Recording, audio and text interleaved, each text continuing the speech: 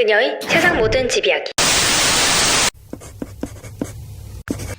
여러분, 요새 핫한 넷플릭스 드라마 오징어 게임 다들 시청하셨죠? 드라마 속 게임 참가자들과 VIP들을 보면 극도의 빈부격차를 느끼게 되는데요. 인간의 본성을 적나라하게 보여주는 오징어 게임을 연상시키는 곳이 있습니다. 혹시 강남하면 어떤 모습이 떠오르시나요? 세계에서 임대료가 비싼 지역 상위 N위, 아니면 네온사인과 고층 빌딩, 경제적 자유를 꿈꾸게 하는 비싼 땅과 집인가요? 하지만 화려한 겉모습과는 달리 그 속을 들여다보면 불편하고 어두운 진실도 있습니다. 바로 빈부격차인데요. 강남이 강남 아닌가? 왜 빈부격차? 라고 하시겠지만 상당히 대조된 모습을 보여주는 곳이 있습니다. 그곳은 바로 안녕하세요, 집그녀입니다. 서울 도심 한복판에 거대한 아파트 단지 사이로 보이는 대조적인 모습의 풍경. 이곳은 바로 서울시 서초구 잠원동입니다. 아직도 한국에, 심지어 강남에 이런 집이 있다면 믿으실 건가요? 서울 지하철 3호선 잠원역 4번 출구 밖을 나가면 굉장히 상반된 모습의 풍경이 펼쳐집니다.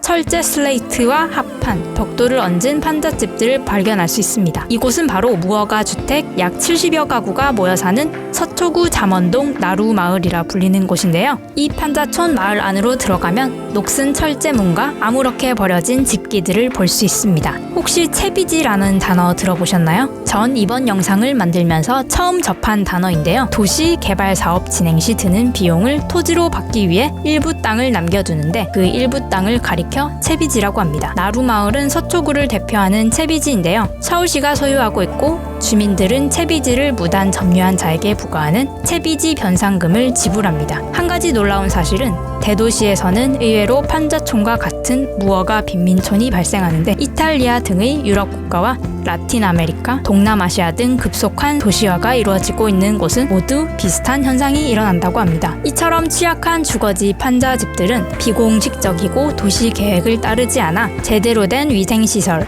전력 또는 통신체제를 갖추지 못한다고 합니다. 따라서 치안, 의료, 소방시설이 결핍되고 이에 따른 범죄와 질병 발생 비율도 높습니다. 판자집뿐만 아니라 삶의 질이 현저히 떨어지는 집이 또 있습니다. 혹시 빈부격차 1위의 나라 아시나요? 5초 드릴게요. 맞춰보세요.